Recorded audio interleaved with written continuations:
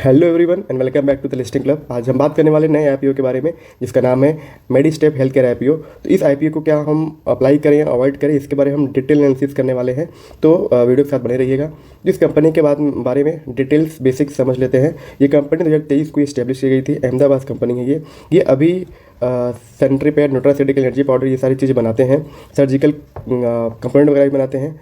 तो ये कंपनी के बारे में बात हो गया। अब आईपीओ डिटेल्स की बात कर लेते हैं। इन्होंने अपना ओपनिंग रखा है 8 तारीख को, क्लोज होगा 12 तारीख को। इनके अलॉटमेंट डेट 13 अगस्त को आएगा अराउंड। और ये अपने लॉट साइज में 3000 शेयर देने वाले हैं। इसकी प्राइस अराउंड 1,29,000 के आसपास होने वाला है। जो पूरे अपने आईपीओ से ये 16 करोड़ के अराउंड ये रेज करने वाले हैं। तो हम इस कंपनी के फाइनेंशियल की बातें कर लेते हैं। फाइनेंशियल अभी तक जो कंपनी ने दिखाया है वो स्ट्रॉन्ग है अभी तक, क्योंकि 2024 में इन्होंने 39 करोड़ का रेवेन्यू जनरेट किया था। 25 में ये 49 करोड़ हो गए थे, जो ईयर ऑन ईयर 27% के आसपास इनका ग्रोथ है। 2024 फाइनेंशियल ईयर में 3.3 CR का पैड था, मतलब प्रॉफिट आफ्टर टैक्स। तो ये भी अच्छा है। और 25 में बढ़ के 4.14 CR हो गया। यहाँ पे 24% का ग्रोथ है। यहाँ पे आपने EBITDA भी देख सकते हैं। 5.60 CR के आसपास इनका EBITDA था। और इनके पास बहुत वेरी लो बोरोइंग है, अराउंड 60 लाख के आसपास इनके पास उधार है। तो हम देख लेते हैं फाइनेंशियल हाईलाइट के बारे में। तो 2022 से लेकर के 2024 के बीच में डेटा अभी मैं ये पब्लिश किए हैं। तो ईयर ऑन ईयर 7 करोड़ से 31 CR तक इनका रेवेन्यू गया है।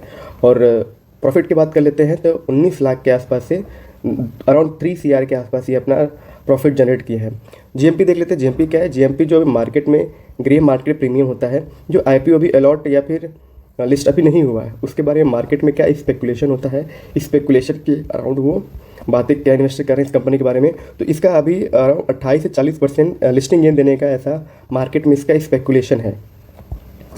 तो इसका स्ट्रॉन्ग स्पेकुलेशन है। जीएमपी इसका बढ़िया है। और इसीलिए इसका सब्सक्रिप्शन भी, जब तक मैं वीडियो रिकॉर्ड कर रहा हूँ, अराउंड 70x टाइम्स ज़्यादा ही सब्सक्राइब हुआ है, क्योंकि कंपनी के पास प्रॉफिटेबिलिटी भी है और इन्वेस्टर का ट्रस्ट भी है। और मार्केट में इसका स्पेकुलेशन जो हो रहा है वो सही हो रहा है, तीनों बॉक्स टिक हो रहे हैं। इसीलिए जीएमपी में क्या है, इनका भारी उछाल लिस्टिंग इन 40% के अराउंड 28 से 40 के आसपास शो करने वाला है। और ये अपने इशू प्राइस से 43 रुपीज़ ऊपर जाने का ऐसा सेंटीमेंट होल्ड कर रहा है। तो हम इनकी स्ट्रेंथ और वीकनेस की बात कर लेते हैं। स्ट्रेंथ तो आपको पहले बताया कि जिनका फाइनेंशियल है, ईयर ऑन ईयर इनका ग्रोथ, रेवेन्यू और प्रॉफिट दोनों बढ़ रहा है। ROE ROC दोनों है प्रॉफिटेबिलिटी पे बता रहे हैं। और इनके पास लो डेट है, इन अराउंड ना के बराबर डेट इनके पास है, तो टेंशन की बात नहीं है। रिस्क की बात कर लेते हैं। रिस्क में ये हो सकता है कि ये लिमिटेड कहाँ पे है, गुजरात में, जैसे बताया मैं। ये अभी 100% पूरे फुल्ली ऑपरेशनल गुजरात में ही है। अगर कल को कुछ इसमें सोशियो इकोनॉमिक या पॉलिटिकल कुछ ऐसा इशू हो जाता है तो कंपनी को यहाँ पे नेगेटिव इम्पैक्ट करने वाला है, क्योंकि अभी डाइवर्सिफाई नहीं किया है। और ये भी है कि ये SME लिस्टिंग है। इसका मतलब होता है स्मॉल एंड मीडियम इंटरप्राइज। इसका मतलब होता है कि छोटी कंपनियां होती हैं, यहाँ पे लोअर लिक्विडिटी होती है।